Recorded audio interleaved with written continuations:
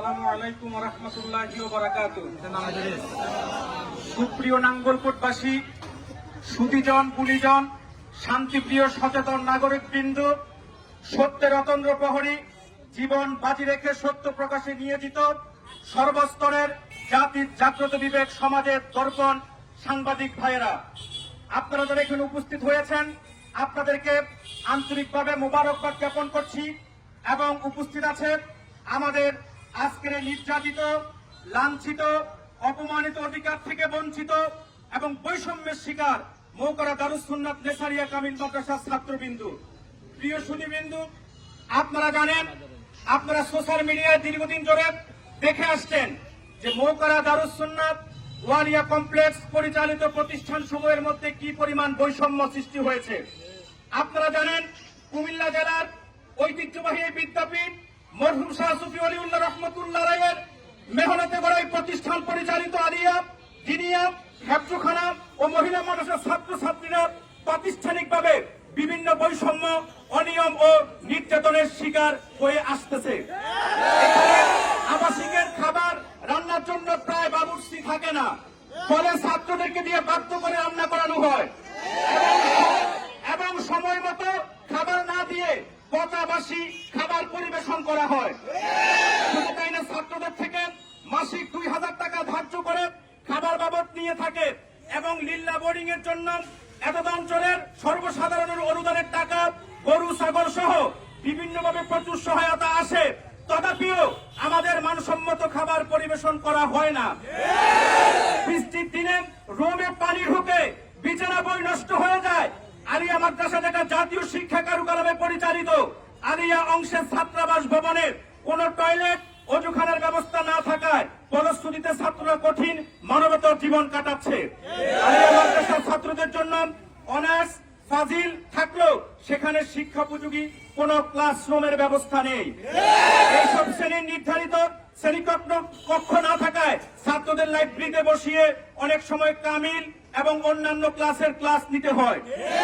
শুধু তাই না, এই কমপ্লেক্সে বিভিন্নভাবে প্রতিষ্ঠানের প্রিন্সিপাল হুজুরের কাছে যখন আমরা বিভিন্ন বৈষম্যের শিকার হয়ে যাই, প্রিন্সিপাল হুজুর আমাদেরকে নসিহত করে বিদায় দিয়ে দেয়, কোন কার্যকর পদক্ষেপ কখনো গ্রহণ করতে আমরা দেখি নাই। দীর্ঘদিন ধরে এই প্রতিষ্ঠানের ছাত্ররা বৈষম্যের শিকার হয়ে আছে। আপনারা দেখেছেন, হয়তো আপনারা যেহেতু নাঙ্গলকোটের মানুষ, আপনারা শুনেছেন দীর্ঘদিন যাবৎ এখানে মরহুম হুজুর কেবল রহমতুল্লাহ প্রতিষ্ঠিত কামিল মাদ্রাসা এবং দিনিয়া মাদ্রাসার মধ্যে এক বিশাল ফারাক এবং বৈষম্য তৈরি হয়েছে। এই প্রতিষ্ঠানের ছাত্ররা, বিশেষ করে আলিয়া মাদ্রাসার ছাত্ররা কখনো তাদের ন্যায্য দাবি আদায়ের জন্য কথা বলতে পারে না। বললে বিশেষ মহল থেকে চাপ আসে, ওই চাপের কারণে ছাত্ররা নিজেরা চুপ হয়ে যেতে বাধ্য হয়। ছাত্ররা যখনই কোনো দাবি নিয়ে দাঁড়িয়েছে, ছাত্রদেরকে আদবের তালিম দিয়ে কিংবা নসিহত করে তাদেরকে তাদের দাবি থেকে দূরে সরিয়ে রাখা হয়। দীর্ঘদিন যাবৎ যে বৈষম্য, অনিয়ম, যেই পরিমাণ জুলুম এবং দুর্নীতি মৌকরা দরবারের প্রতিষ্ঠান সমূহের মধ্যে তৈরি হয়েছে, সেইগুলো সহ্য করতে করতে যখন আজকে আমাদের ছাত্রদের সহ্য ক্ষমতা বাইরে আমরা চলে গিয়েছি, তখনই আজকে আমরা নাঙ্গলকোট সহ গোটা কুমিল্লা জেলার মানুষের কাছে 19টি দাবি নিয়ে হাজির হয়েছি।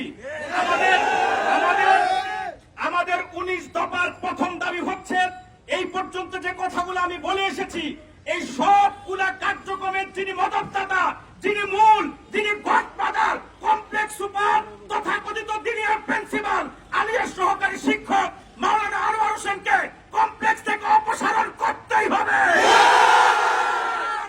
অপসারণ না করলে যে আন্দোলন শুরু হয়েছে, সে আন্দোলন থেকে আমরা কেউ পিছু হটব না।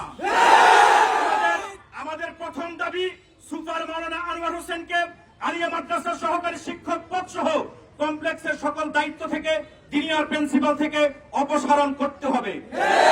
আমাদের দ্বিতীয় দাবি, সকল বৈষম্য, অনৈতিকতার সহযোগিতা ও বৈধতা দান, ছাত্র নির্যাতনের মৌন সমর্থন করার কারণে অধ্যক্ষ মাওলানা রফিকুল ইসলাম সাহেবকে সার্বিক বিষয়ে নিজের অবস্থান খোলাসা করতে হবে।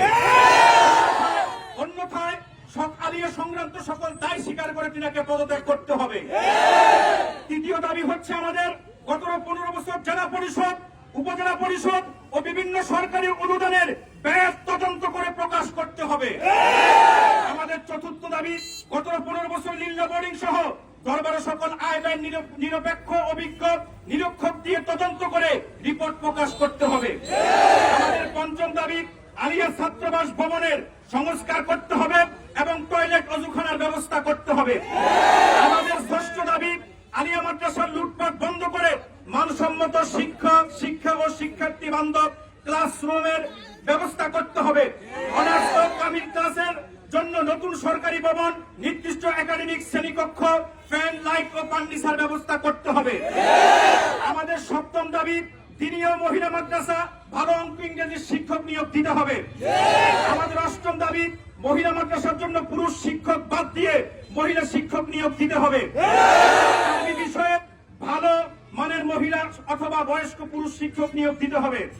আমাদের নবম দাবি, দিনীয় মাদ্রাসার লুটপাট বন্ধ করে ভালো মানের কামিল পাস ও করা অভিজ্ঞতা সম্পূর্ণ আরবি প্রভাষক নিয়োগ দিতে হবে। আমাদের দশম দাবি, কোন ছাত্রকে রান্না করে কাজ করাতে পারবে না, বাবুচি নিয়োগ দিতে হবে। আমাদের 11তম দাবি, মহিলা মাদ্রাসার মেইন রোডের সাথে হয় বাউন্ডারি দিয়ে পর্দার ব্যবস্থা করতে হবে। ক্লাসরুমে অসহ্য গরম প্রতিরোধে সিলিং করা সহ প্রয়োজনীয় অন্যান্য সংস্কার দ্রুত করতে হবে।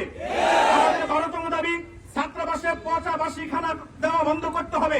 যেহেতু ছাত্রদের থেকে মাসিক মিল চার্জ নেওয়া হয়, তাই মানসম্মত খাবার পরিবেশন করতে হবে এবং তা নির্দিষ্ট সময়ে পরিবেশন করতে হবে। আমাদের 13তম দাবি, দিনীয় মাদ্রাসার ছাত্রদেরকে শাসনের নামে শারীরিক মানসিক নির্যাতন বন্ধ করতে হবে। আমাদের 14তম দাবি, কোন ছাত্রকে খানকায় ডিউটি করতে বাধ্য করতে হবে। 15তম দাবি, হেফজখানার জন্য ভালো হাফেজ নিয়োগ দিতে হবে। ভালো কার্পেন্টার ব্যবস্থা করতে হবে। ভালো কুরআনী শিক্ষক রাখতে হবে। আমাদের 16তম দাবি, মহিলা মাদ্রাসার ছাত্রীদের কোরআন শিক্ষার জন্য বয়স্ক কারি নিয়োগ দিতে হবে। আমাদের 17তম দাবি, ছাত্রী ও শিক্ষকদের জন্য ভালো মান সম্পন্ন আলাদা টয়লেট ও অজুখানা নির্মাণ করতে হবে। সেই নামাজের রুম ও কমন রুম নির্মাণ করতে হবে। আমাদের 18তম দাবি, হেফজখানার জন্য মান সম্পূর্ণ ক্লাসরুম ও আবাসিক থাকার ব্যবস্থা করতে হবে। আমাদের 19তম দাবি, ছাত্রদের উপর সকল অনৈতিক নির্যাতন ও হয়রানি বন্ধ করে শিক্ষার্থী বান্ধব ক্যাম্পাস গড়ে তুলতে হবে। পরিশেষে আমাদের মূল কথা হচ্ছে, আমাদের সকল দাবি আদায় তখন হয়ে যাবে যখন আমাদের প্রথম দাবি আদায় হয়ে যাবে। অনতি বিলম্বে আজকে আমরা এই মানববন্ধন থেকে আলিয়া মাদ্রাসার হাজারো ছাত্র, বর্তমান এবং প্রাক্তন ছাত্ররা আমরা আজকে রাস্তায় নেমে এসেছি।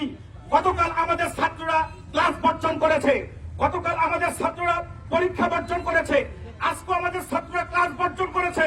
আমরা কর্তৃপক্ষদের দৃষ্টি আকর্ষণ করে বলছি, যদি দ্রুত মাওলানা আনোয়ার সাহেবকে কমপ্লেক্সের সকল দায়িত্ব থেকে এবং প্রাতিষ্ঠানিক দায়িত্ব থেকে অপসারণ করে না হয়, অনির্দিষ্টকালের জন্য আলিয়া মাদ্রাসার সকল কার্যক্রমকে আমরা বন্ধ করে দেব। শুধু তাই না, অনতি বিলম্বে আমাদের আলিয়া মাদ্রাসার 2টা ভবন, যেটা দিনীয় কর্তৃপক্ষ জোরপূর্বক দখল করে রেখেছে, অতি সত্তর আমাদের 2টা ভবন আমাদেরকে ফিরিয়ে দিতেই হবে। যদি দাবি আদায় না হয়, তাহলে আমরা ছাত্ররা, আমরা 1971 দেখি নাই, আমরা 47 দেখি নাই, আমরা 52 দেখি নাই, কিন্তু আমরা 2024-এর 5 আগস্ট দেখেছি। 5 আগস্টে আমরা শিখেছি কিভাবে দুর্নীতিবাজ, জুলুমবাজ, অন্যায়কারী, নিষ্পেষণকারীদেরকে কিভাবে বিদায় করতে হয়, তাড়াতে হয়, সেটা আমরা অতি অল্প সময়ের মধ্যে শিখে নিয়েছি। 24-এর 5 আগস্ট থেকে আমরা যে শিক্ষা গ্রহণ করেছি, সেই শিক্ষায় শিক্ষিত হয়ে আমরা পদত্যাগ করতে মাওলানা আনোয়ার সাহেবকে বাধ্য করব। আমরা চাই, আমরা বাধ্য করার আগে আপনি সসম্মানে বিদায় নেন, কিংবা কর্তৃপক্ষ যারা আছে তিনাকে সুষ্ঠুভাবে বিদায় হয়ে যাওয়ার পরিবেশ তৈরি করে দিক, নতুবা আমরা আমাদের দাবি আদায়ের জন্য যখন যা কর্মসূচি দেওয়ার দরকার আমরা দিব। পরিশেষে সকল ছাত্র ভাইদেরকে ধন্যবাদ জানাচ্ছি। আমাদের যে সমস্ত সাংবাদিক ভাই উপস্থিত হয়েছেন, আপনাদেরকে ধন্যবাদ জানাচ্ছি। এখন আমাদের ছাত্র ভাইরা সম্মানিত নির্বাহী মহোদয়ের দপ্তরে যাবে। আশা করি আমাদের সাংবাদিক মহোদয়রাও আমাদের সাথে থাকবেন ইনশাআল্লাহ। সকলকে ধন্যবাদ। আল্লাহ হাফেজ। আসসালামু আলাইকুম।